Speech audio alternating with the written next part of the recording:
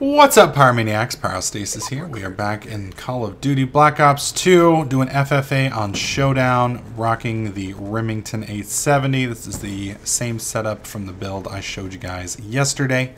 I had planned on doing the Maker Studio video today, but one of the YouTube commentators that I watch, X Chase Money, made a post yesterday.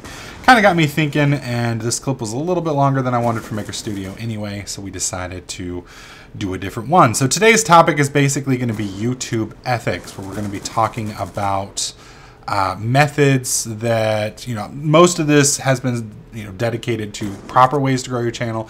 Today we're going to talk about some of the bad ways to grow your channel and why you probably shouldn't do them. Now, yesterday Chase made a video basically talking about YouTube drama and saying that, that seems to be one of the only ways you can really grow your channel, at least in the Call of Duty area, legitimately.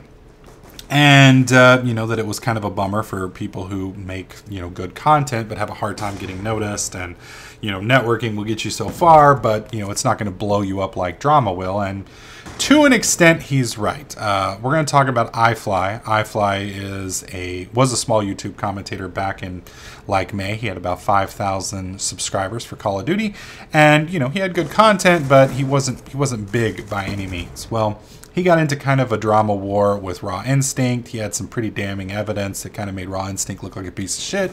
He called him out, made a video, it went viral, and overnight he went from 5,000 subscribers to about 40,000 subscribers.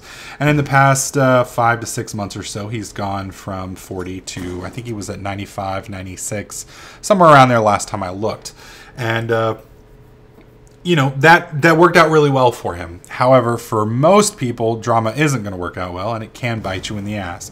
Now, when I say it can bite you in the ass, what I'm talking about is when you destroy, which is basically what it takes, another commentator, one of the bigger ones, you're going to get a lot of hate. It doesn't matter if, every single video you do just throws orgasms out like crazy and you put naked girls all over the place and, you're throwing out big $100 bills. People are still going to hate you because you destroyed somebody that they really liked. And that group of people, and if you deal with somebody like Raw Instinct, we're talking about 200,000 people, that group of people is going to do everything in their power to bring you down. And when you're talking about that many people, you got people who are crazy. There are people on the internet who are out of their fucking minds. And, like Raw Instinct, when he got nailed, he had people calling his college, basically trying to get his scholarship revoked. I mean, that's the level of anger and animosity we're talking here. And you don't want that. I mean, politicians found out a long time ago that no matter who you are, you got some skeletons in your closet that you don't want out. And when you've got that many people who don't like you, you're going to get some of your skeletons out there. And, after a while, it gets to the point where it's like, is this really worth it? So you got to be careful with the drama setup. Not only that, but just because people subscribe to you because they want to support you or they feel bad for whatever situation you went through doesn't necessarily mean it's going to equate to views. And that is something that kind of iFly did suffer from. He has almost 5 times my subscribers. He's got a little bit more than 5 times my subscribers, and he's got about 5 times Chase Money subscribers. However, Chase Money and I both average somewhere in the neighborhood of about 300 to 400,000 views a month, while he averages 1 million views a month. So he is 5 to 6 times bigger than we are, yet he's only pulling about twice to 2.5 times our numbers. And I'm not slamming on iFly. Like I said, I think he's a cool guy. I liked his content. It wasn't necessarily my cup of tea, but it was professionally done. And he's got a good, smooth YouTube commentary voice. So, he could do well on YouTube. But he's got 100,000 subscribers, yet he's not pulling big numbers. And you look at somebody like Northern Lion, who's got I think 127,000 subscribers, and he's pulling 4.7, almost 5 million views a month. And granted, it's a different demographic, etc., but it just shows that subscribers and blowing up that way doesn't necessarily equate to big views. Another thing I want to talk about is a lot of folks that are getting freshly started.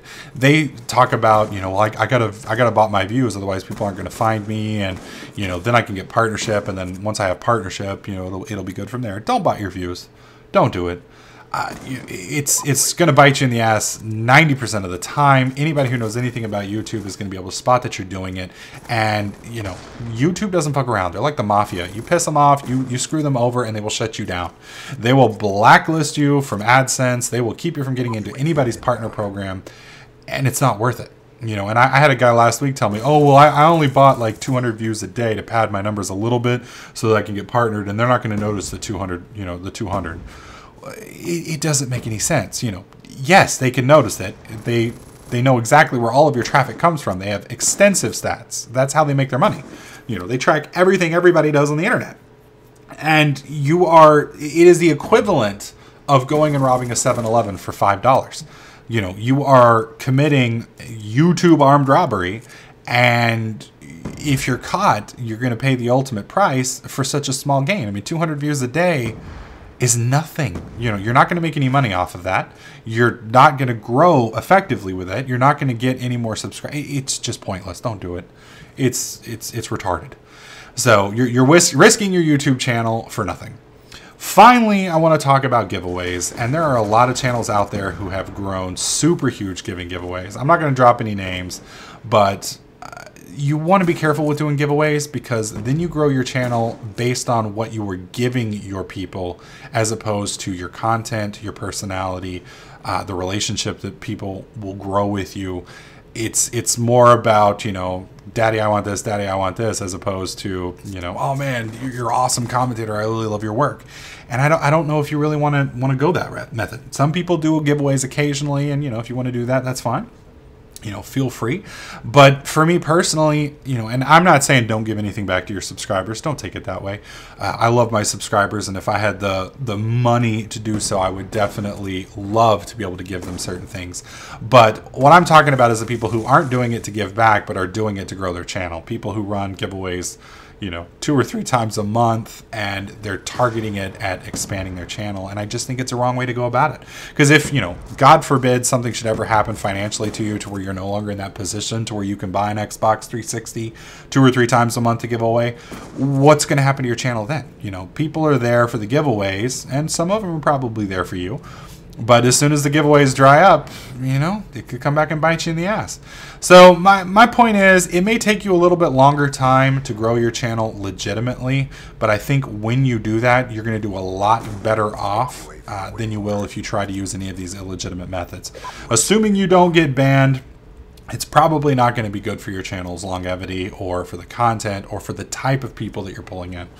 But I would love to hear what you guys think. Obviously, Chase Money, I mean, I don't necessarily think he disagrees with me. I think he's just more frustrated with the channel growth and the way YouTube works, and a lot of us commentators are.